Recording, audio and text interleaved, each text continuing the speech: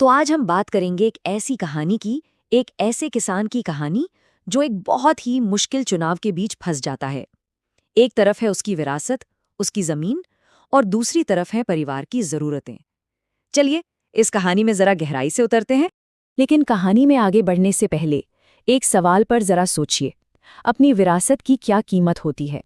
मतलब जो चीजें हमें अपने पुरखों से मिलती हैं, जो हमें हमारी जड़ों से जोड़कर रखती हैं, क्या उनका कोई मोल लगाया जा सकता है? क्या वाकई हर चीज बिकाऊ होती है? बस इसी एक सवाल के इर्द गिर्द घूमती है ये पूरी कहानी। तो देखिए, कहानी शुरू होती है एक छोटे से गांव से। वहां एक किसान है जो अपनी सीधी सादी जिंदगी जी रहा है। और फिर अचानक से एंट्री होती है एक अमीर बिजनेसमैन की। अब ये बिजनेसमैन गांव में एक बहुत बड़ी फैक्ट्री लगाना चाहता है, और इसके लिए उसकी नजर टिक जाती है हमारे किसान की जमीन पर। और वो बिजनेसमैन किसान के सामने एक ऐसा ऑफर रखता है, मतलब इतने पैसे देने का वादा करता है जितने उस किसान ने शायद अपनी पूरी जिंदगी में देखे भी नहीं होंगे। अब ये सिर्फ एक सौदा नहीं है ना? ये तो एक ऐसा मौका है जो उसके पूरे परिवार की जिंदगी हमेशा के लिए बदल सकता है। सोचिए, एक तरफ पुरखों की जमीन और दूसरी तरफ एक ऐसा भविष्य जहां पैसों की कोई तंगी ही ना हो। तो अब ये फैसला सिर्फ जमीन बेचने या न बेचने का नहीं रह जाता। ये किसान के लिए उसकी जरूरतों और उसके जमीर के बीच एक सीधी लड़ाई बन जाती है। और उस पर दबाव, अरे दबाव तो हर तरफ से है, बहुत ज्यादा। ये दबाव भी कोई छोटा मोटा नहीं है। देखिए, बेटी की शादी करनी है, घर की छत टूटी हुई है, बारिश में पानी टपकता है, पैसों की तंगी ने तो जैसे जीना ही मुहाल कर दिया है। और तो और उसका अपना परिवार, वो भी यही चाहता है कि जमीन बेच दो, शहर चलो और इस गरीबी की जिंदगी से बाहर निकलो। और इस आग में घी डालने का काम करता है वो बिजनेसमैन। वो किसान की दुविधा को और बढ़ा देता है। वो इसकी जमीन को बंजर कहता है, मतलब उसकी कीमत गिराने की कोशिश करता है, और साथ ही पैसों के आराम का लालच भी देता है। तो यहाँ पर ना दो अलग अलग दुनियाओं की सोच का टकराव साफ दिखता है। एक दुनिया जो जमीन में सिर्फ सौदा देखती है, और दूसरी जो उसमें अपनी पहचान देखती है। अब वो रात किसान के लिए बहुत भारी होती है। उसे नींद नहीं आती, बस एक ही उथल पुथल मन में चलती रहती है। क्या करे? क्या अपने पुरखों की जमीन बेच दे, या फिर परिवार की जरूरतों को पूरा करने के लिए अपनी जड़ों को ही काट फेंके? क्योंकि सुबह जो फैसला वो लेगा वो सिर्फ उसका नहीं, बल्कि उसकी आने वाली पीढ़ियों का भविष्य भी तय करने वाला है। तो उसके मन में ना एक जंग सी छिड़ी हुई है।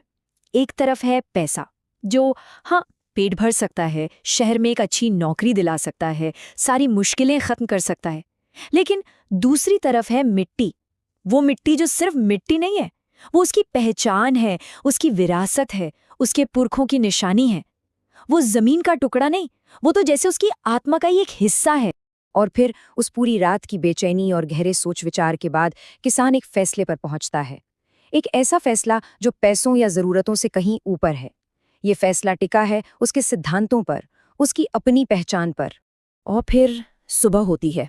माहौल में एक अजीब सी खामोशी है। हर कोई बेसब्री से किसान के फैसले का इंतजार कर रहा है। बिजनेसमैन को अपना जवाब चाहिए, और गांव वालों को ये जानना है कि क्या उनका पड़ोसी अपनी विरासत, अपनी जड़ों को बेच देगा। और फिर जो होता है, उसकी उम्मीद शायद ही किसी ने की होगी। वो किसान आगे बढ़ता है, नीचे झुकता है, अपनी जमीन की मिट्टी को उठाता है और उसे अपने माथे से लगाकर चूम लेता है। और फिर बड़े ही शांत भाव से वो बिजनेसमैन को उसके सारे पैसे लौटा देता है। ये एक छोटा सा काम पैसों से कहीं ज्यादा जमीन के लिए उसके सम्मान को दिखाता है। और फिर वो कहता है, शहर की नौकरी मेरा पेट तो भर सकती है, पर ये मिट्टी मेरी पहचान है। मैं अपनी माँ को नहीं बेचूंगा। इन चंद शब्दों में उसने उस जमीन को सिर्फ जमीन नहीं, बल्कि एक जीवित रिश्ता बना दिया। ये उसकी माँ है, और भला कोई अपनी माँ का सौदा कैसे कर सकता है? अब किसान के इस एक फैसले का असर सिर्फ उस तक ही सीमित नहीं रहता। नहीं, इसका असर तो पूरे गांव पर पड़ता है। ये एक मिसाल बन जाता है कि कैसे एक अकेला साहसी कदम एक बहुत बड़ी लहर पैदा कर सकता है। तो होता क्या है कि किसान के इस फैसले से ना पूरे गांव में जैसे एक नई जान आ जाती है।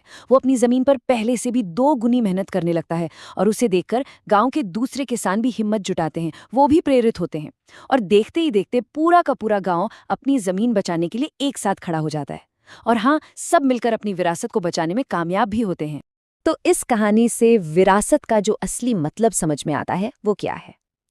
विरासत सिर्फ जमीन या जायदाद का नाम नहीं है।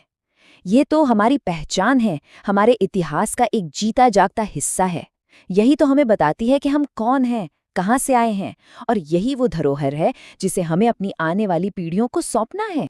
तो कह सकते हैं कि उस किसान के सिद्धांत का वो एक अकेला कदम पूरे समुदाय के लिए एकता की फसल लेकर आया।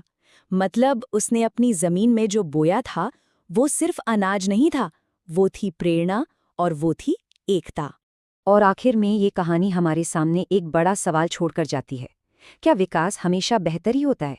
क्या तरक्की और प्रगति के नाम पर हम कहीं अपनी जड़ों को तो नहीं खोते जा रहे हैं? इस पर सोचिएगा जरूर।